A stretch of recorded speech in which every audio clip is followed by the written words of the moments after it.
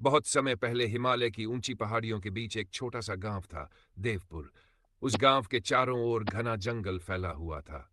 लोग कहते थे कि उस जंगल में एक प्राचीन यक्ष रहता है जो रात होने पर जाग जाता है।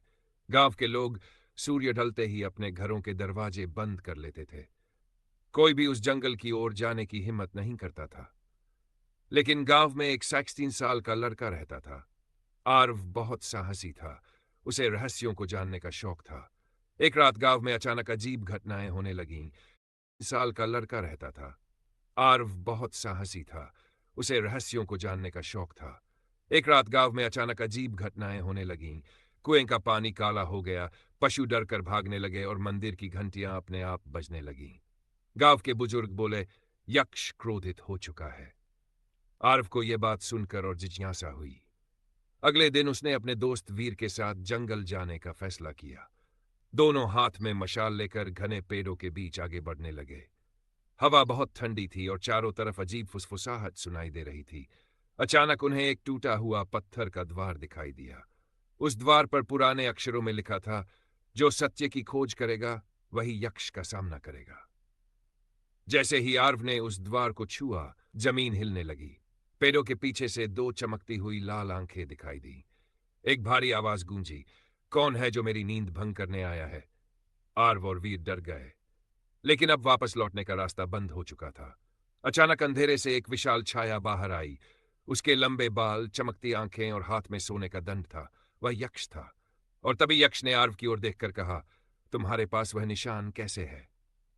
आर्व ने हैरानी से अपने हाथ की ओर देखा। उसकी कलाई पर अचानक एक चमकता हुआ चिन्ह उभर आया था। अधे घने जंगल में ठंडी हवा तेजी से बह रही थी। पेड़ों की शाखाएं ऐसे हिल रही थी मानो कोई अदृश्य शक्ति पूरे जंगल को नियंत्रित कर रही हो। आर्व और वीर डर के मारे पीछे हटने लगे, लेकिन उनके पैरों के नीचे की जमीन पत्थर जैसी कठोर हो चुकी थी। विशाल यक्ष धीरे धीरे उनकी ओर बढ़ा। उसकी ऊंचाई किसी पेड़ जितनी थी। उसके शरीर पर सुनहरी कवच जैसी चमक थी और आंखें अंगारों की तरह जल रही थी। उत्तर दो! यक्ष की भारी आवाज जंगल में गूंज उठी। तुम्हारी कलाई पर यह चिन्ह कैसे आया? आर्व कांपती आवाज में बोला, मुझे नहीं पता, यह अभी अभी प्रकट हुआ है। यक्ष कुछ पल तक उसे घूरता रहा। फिर अचानक उसकी आंखों की चमक कम हो गई। उसने अपना दंड जमीन पर रखा और बोला, तो भविष्यवाणी सच थी। वीर ने धीरे से आर्व से कहा, मुझे ये ठीक नहीं लग रहा, हमें यहां से भागना चाहिए। लेकिन तभी पत्थर का द्वार अपने आप बंद हो गया। चारों ओर नीली रोशनी फैलने लगी।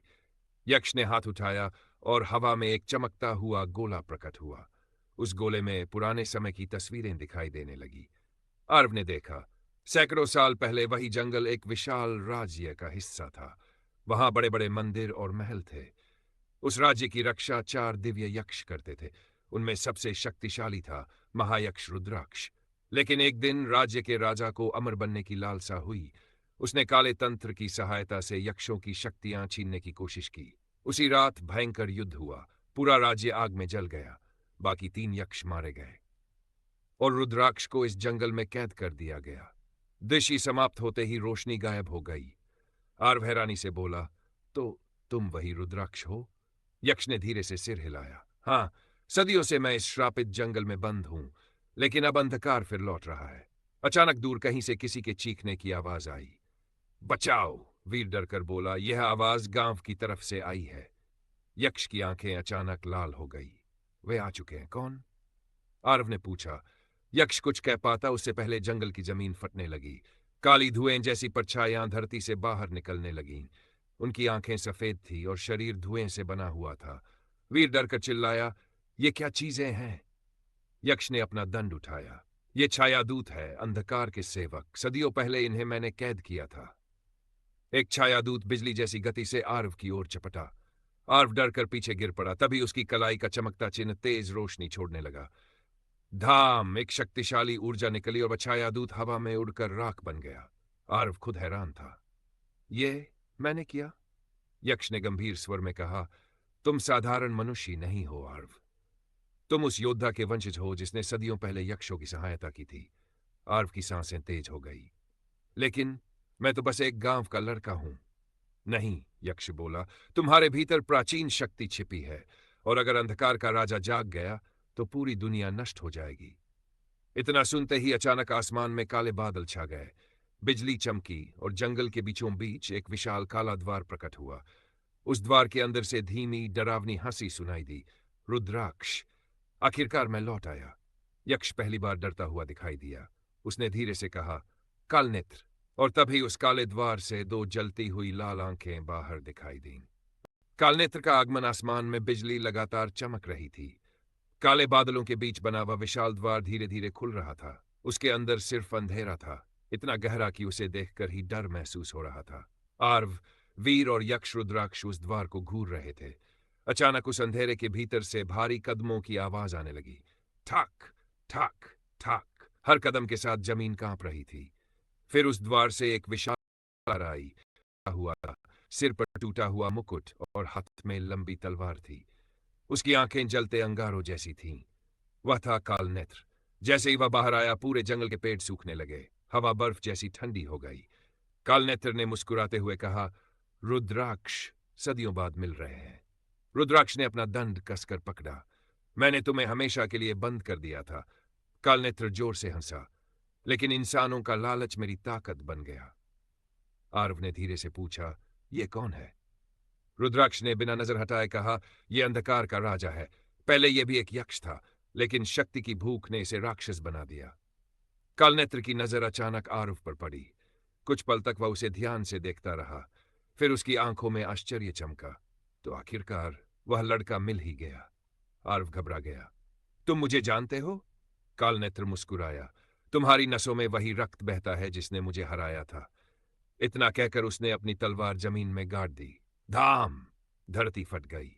चारों ओर से सैकड़ों छायादूत बाहर निकल आए। उनकी चीखें पूरे जंगल में गूंजने लगीं। वीर डरकर बोला, हम इतने सारे राक्षसों से कैसे लड़ेंगे? रुद्राक्ष ने अपना दंड आसमान की ओर उठाया। अचानक उसके चारों ओर सुनहरी रोशनी फैल गई।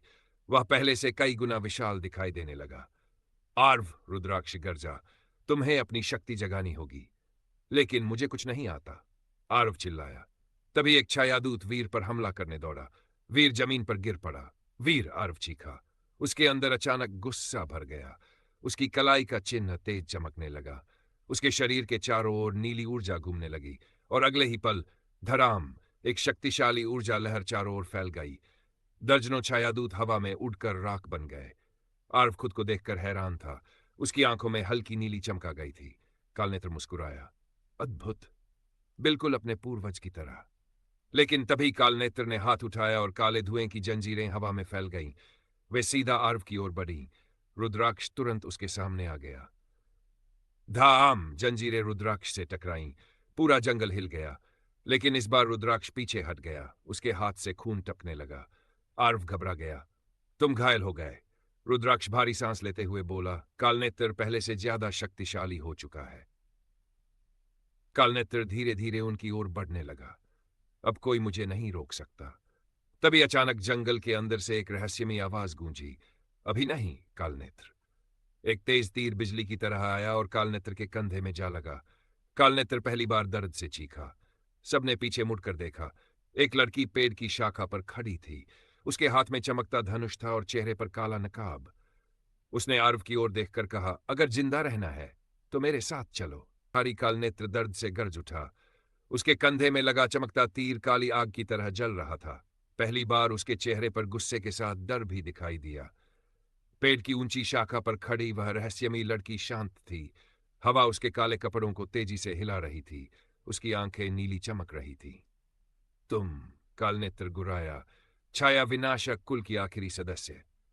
लड़की ने बिना डरे दूसरा तीर धनुष पर चढ़ाया, और तुम्हारे अंत की शुरुआत। रुद्राक्ष तुरंत बोला, आर्व, वीर, इसके साथ जाओ। लेकिन तुम, आर्व ने घबरा कर पूछा। रुद्राक्ष मुस्कुराया, मैं अभी इतना कमजोर नहीं हुआ। इतना कहकर उसने अपना दंड जमीन पर मारा। धाम! सुनहरी रोशनी का विशाल घेरा चारों ओर फैल गया। दर्जनों छायादूत जलकर राख बन गए। पूरा जंगल रोशनी से चमक उठा। भागो! रुद्राक्ष गरजा। रहस्यमयी लड़की पेड़ों के बीच कूदते हुए आगे बढ़ी। आर्व और वीर उसके पीछे दौड़ पड़े। पीछे से कालनेत्र की गूंजती हुई चीखें सुनाई दे रही थी। कुछ देर बाद वे जंगल के बहुत अंदर पहुंच गए। वहां एक पुराना पत्थर का मंदिर था जो बेलों और पेड़ों से ढका हुआ था। लड़की मंदिर के सामने रुकी। अब हम कुछ देर सुरक्षित हैं। वीर थक कर बैठ गया।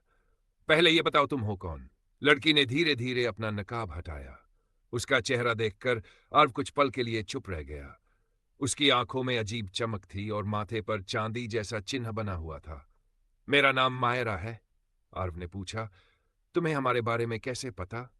मायरा मंदिर के दरवाजे की ओर देखते हुए बोली, क्योंकि मैं कई सालों से तुम्हारा इंतजार कर रही थी। मेरा चौंका। मायरा ने सिर हिलाया। जब तुम पैदा हुए थे उसी रात आकाश में नीला चंद्र ग्रहण हुआ था।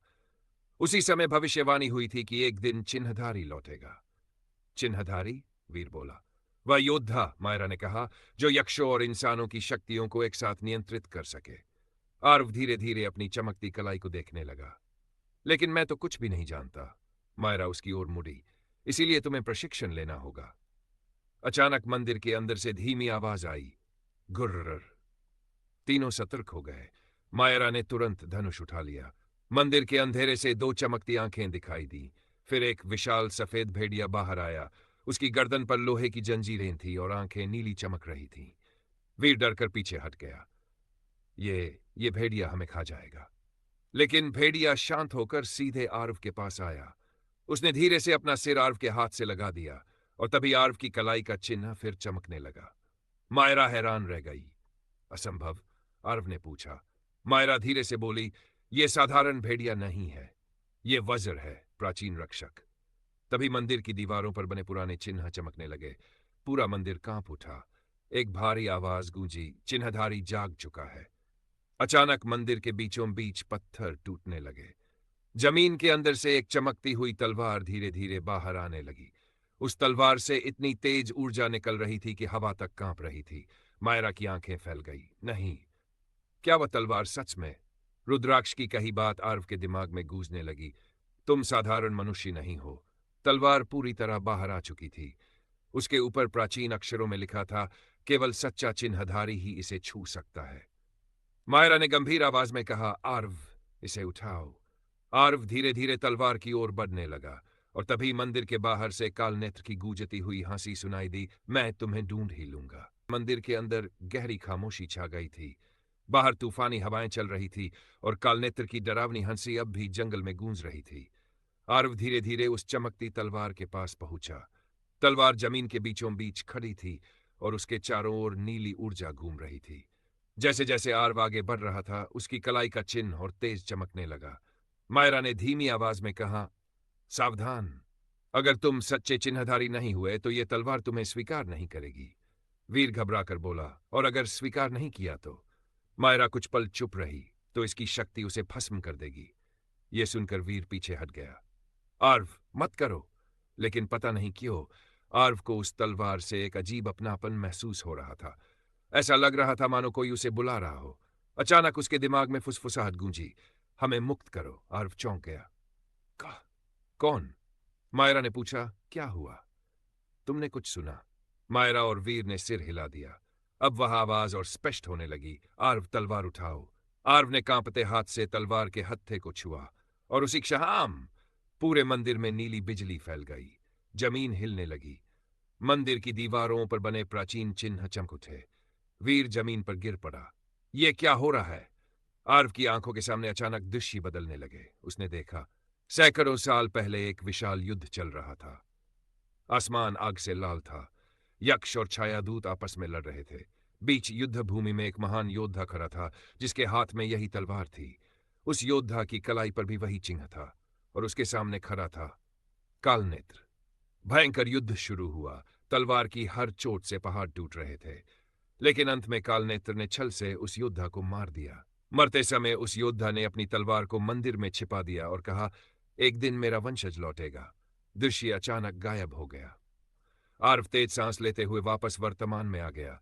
तभी तलवार की चमक धीरे धीरे शांत हो गई। अब वह पूरी तरह आर्व के हाथ में थी।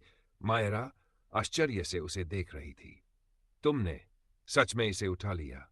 वीर खुशी से चिल्लाया, मतलब अब तुम कोई सुपर योद्धा बन गए हो? लेकिन तभी मंदिर के बाहर से जोरदार धमाका हुआ। धड़ाम! मंदिर का मुख्य द्वार टूट गया। काले धुएं के बीच कालनेत्र अंदर आया। उसके पीछे सैकड़ों छायादूत खड़े थे। उसकी नजर सीधे तलवार पर गई।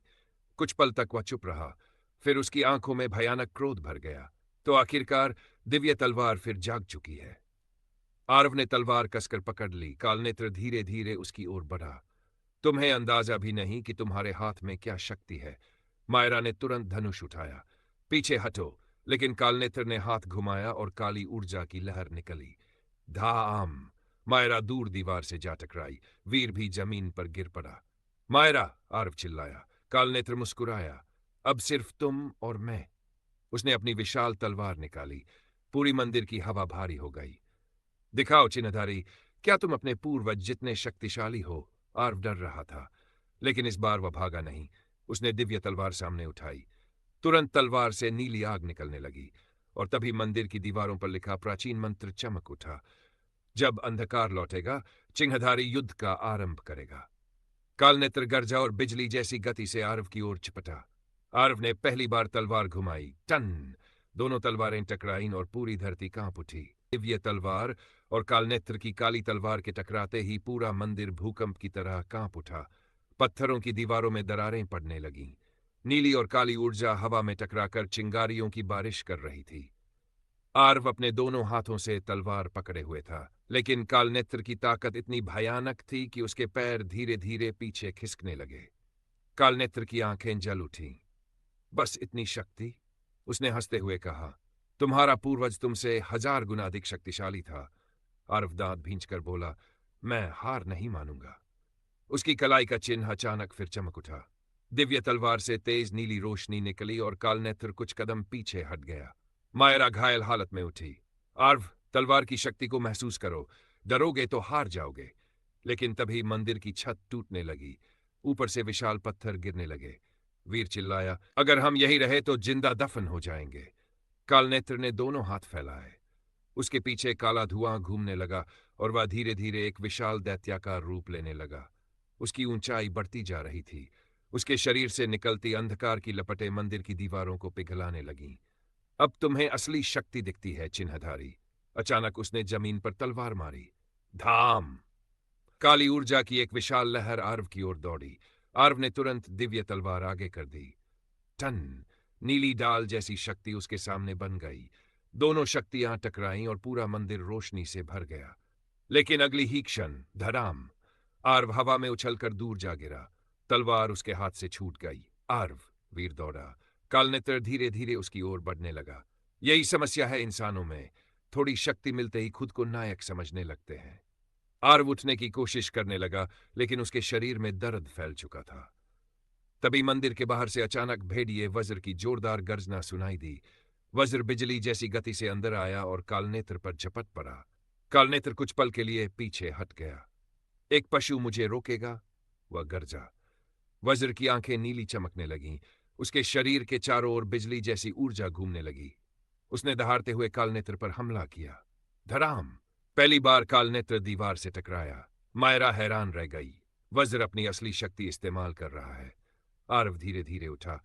उसने देखा कि दिव्य तलवार कुछ दूरी पर जमीन में गिरी हुई थी, लेकिन तलवार अब भी चमक रही थी, जैसे उसका इंतजार कर रही हो। उसी समय उसके दिमाग में फिर वही रहस्यमयी आवाज गूंजी, शक्ति क्रोध से नहीं, विश्वास से जागती है। आर्व ने आंखें बंद कर ली। उसे अपने गांव, अपने माता पिता और उन लोगों का चेहरा याद आया जिन्हें बचाना था। धीरे धीरे उसके भीतर का डर खत्म होने लगा। उसने आंखें खोली। अब उसकी आंखों में नीली चमक पहले से कहीं ज्यादा तेज थी। दिव्य तलवार अचानक हवा में उठी और सीधी उसके हाथ में आ गई। कालनेत्र ने यह देखकर भौहें सिकोड़ लीं। असंभव! आरव ने तलवार मजबूती से पकड़ी। इस बार उसके चारों ओर नीली ऊर्जा घूमने लगी। जमीन पर प्राचीन चिन्ह चमक उठे। मायरा ने धीरे से कहा, यह जागरण है। कालनेत्र गुस्से से गरजा और पूरी शक्ति से आर्व पर टूट पड़ा, लेकिन इस बार टन! आर्व ने उसका वार आसानी से रोक लिया। कालनेत्र की आंखें फैल गई। आर्व बिजली जैसी गति से आगे बढ़ा और तलवार घुमाई। धाम! कालनेत्र पीछे फेंका गया। उसके कवच में पहली बार दरार पड़ गई। वीर खुशी से चिल्लाया, वाह, अब आया मजा। लेकिन कालनेत्र अचानक हंसने लगा, धीमी, भयानक हंसी। अब समझ आया, उसने कहा, तुम्हारे भीतर सिर्फ चिन्हधारी की शक्ति नहीं है। रुद्राक्ष की आवाज अचानक मंदिर के बाहर से गूंजी, आर्व, सावधान! अगले ही पल रुद्राक्ष घायल अवस्था में मंदिर के अंदर आया। उसके शरीर पर गहरे घाव थे। मायरा दौड़कर उसके पास पहुंची। तुम ठीक हो? रुद्राक्ष ने मुश्किल से कहा। कालनेत्र अकेला नहीं आया। तभी मंदिर के बाहर से भारी कदमों की आवाज आने लगी। धम धम पूरा जंगल कांपने लगा। मंदिर का टूटा हुआ द्वार अचानक अंधेरे से भर गया और फिर वहां एक और विशाल आकृति दिखाई दी। उसका शरीर पत्थर जैसा कठोर था। हाथ में विशाल हथौड़ा और आंखें लाल आग की तरह जल रही थी। रुद्राक्ष की आवाज कांप गई। नहीं, ये नहीं हो सकता। आर्व ने पूछा, ये कौन है? रुद्राक्ष ने भयभीत होकर कहा, यह है भैरव, कालनेत्र का सबसे खतरनाक सेनापति। भैरव ने धीरे धीरे अपना हथौड़ा उठाया। फिर उसकी गूंजती आवाज पूरे मंदिर में फैल गई, चिन्हधारी, आज तुम्हारा अंत होगा। और तभी उसके हथौड़े से निकली काली बिजली सीधे मंदिर की ओर बढ़ी।